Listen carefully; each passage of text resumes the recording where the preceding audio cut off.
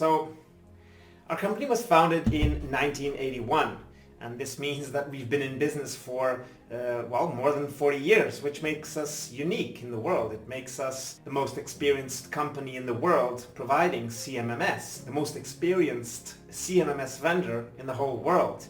And that is in itself a very unique factor. This means that basically we have a lot of experience, we have a lot of know-how that we provide our clients with. We actually help them, we challenge them in their way of thinking, and that again, that makes us unique. We're not there to sell a product. We're not even there to sell what the client wants. We are actually, when we go to a client, when we are pitching to a client, we're actually making sure that the client is considering everything, even those things that the client does not know about yet. We're actually trying to make sure that, the client is covered, that all the boxes are ticked, that everything they have all the information with them. We are always making sure that clients have all the information with them. And we don't bullshit. We actually tell them, our experience tells us this. Our know-how, our proven track of success tells us that. And you should think about this and you should think about that. And this makes us unique in our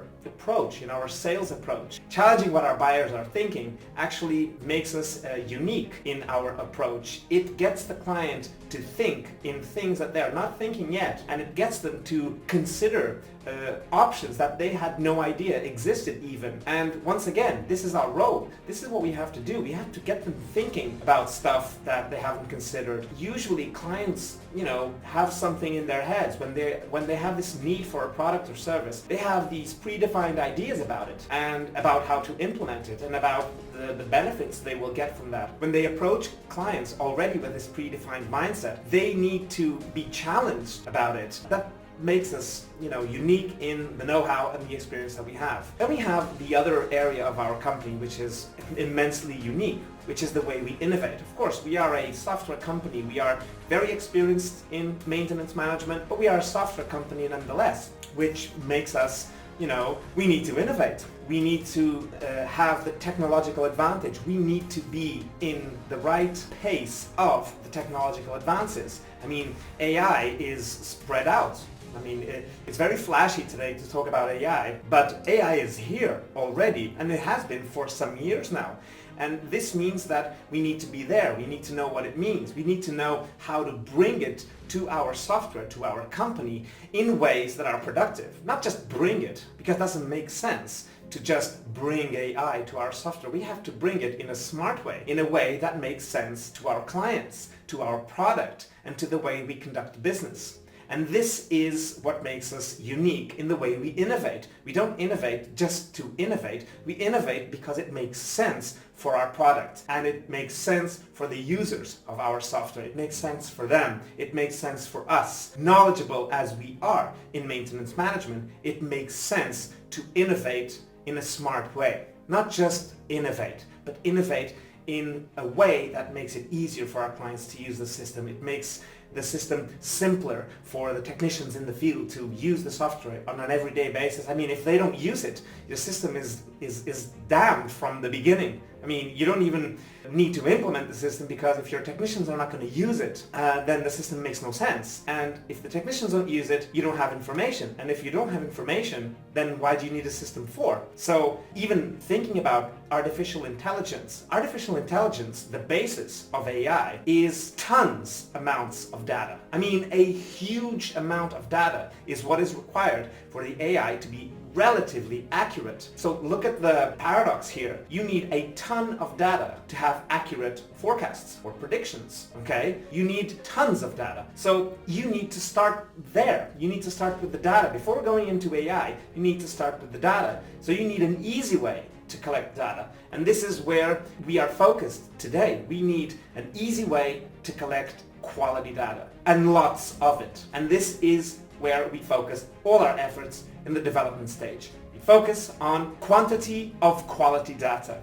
And after that, then you are positioning yourself to reap the benefits of AI forecasts, predictions, and whatnot, okay? And only then, after this quality and quantity, quantity of quality data, okay? And then we have people. People is the third pillar. So we have knowledge, we have smart innovation, let's call it this way, a smart way of innovating, and then we have people. And people is, well, it's the bottom line, isn't it? It's really what matters most in these projects. You have a digitalization project here, and it's not the technology that's important. I mean, studies have shown throughout history of digitalization projects, studies have shown that technology is only 20% of the problem, so to speak. 80% is people, soft skills, and how people within the company who is implementing this digitalization project, it's the people in the company that matter, and the people working with that company, and everything is going around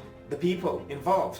And this means that if you understand this as a vendor, as a software vendor, if you understand this, then your approach, your sales approach to the client will be focused on that, because you know that to be an unequivocal truth. It is exactly like this. So if you are selling to your client based on your product, if you are selling a software to your client without asking the right questions that get the client wrapping their heads around what is important in a digitalization project, you are not doing any service to this client. You're selling the software, and that's cool. But you need to get the clients to understand that the software is only 20% of the equation. You have the other 80%, which is their people. So who's going to get involved? Who's going to use the software? And, who's going to make sure that everyone is using the software? Who's going to, benefit from the software in terms of analytics and all? And who's going to be the accountability people here? How are people in the field, the ones that are feeding the system, how are they going to be involved? How are they going to be held accountable? These are all things that are not related to the software, to the product itself. These are human things. This is the human factor in digitalization projects. So this is the human factor in digitalization projects, and this is where we understand. This is where we can really add value, because we understand that. We know this is how things are, and this is why our sales approach is directed this way, and this is how our projects, and this is where our digitalization projects are focused in the human factor. We need to understand, we need the clients to understand that this is 80% of the success. To have people, to involve people, to train people, very, very important, to hold people accountable, and to get that consistency and that discipline that is absolutely critical to get a system up and running. And I'm talking about maintenance management softwares. I could be talking about CRM softwares. Any type of software requires some part of human involvement. Let's call it this way. So it involves people. Any software, you name it. Even those softwares that are collecting data from machines, they require someone to do something, okay? And if those people that are involved in these digitalization projects, in these software products, if they are not involved, if they are not properly trained, if they don't understand the purpose of that software within the entire organization, if they are not held accountable by someone, if they are not, reporting back to someone who reports back to who reverts back to them with directions and all, if they don't have a bunch of things, then those people are kind of, in the middle of nothing. And they don't really understand the digitalization project. They don't really understand the work they're doing. Eventually, their motivation comes down, okay? And eventually, the software just stops working. And eventually, the software just renders completely, fruitless for the company. It just is not something that the company needs anymore. And many times, very, very often, I've seen this, a lot of companies actually blame the softwares because they are not useful for them.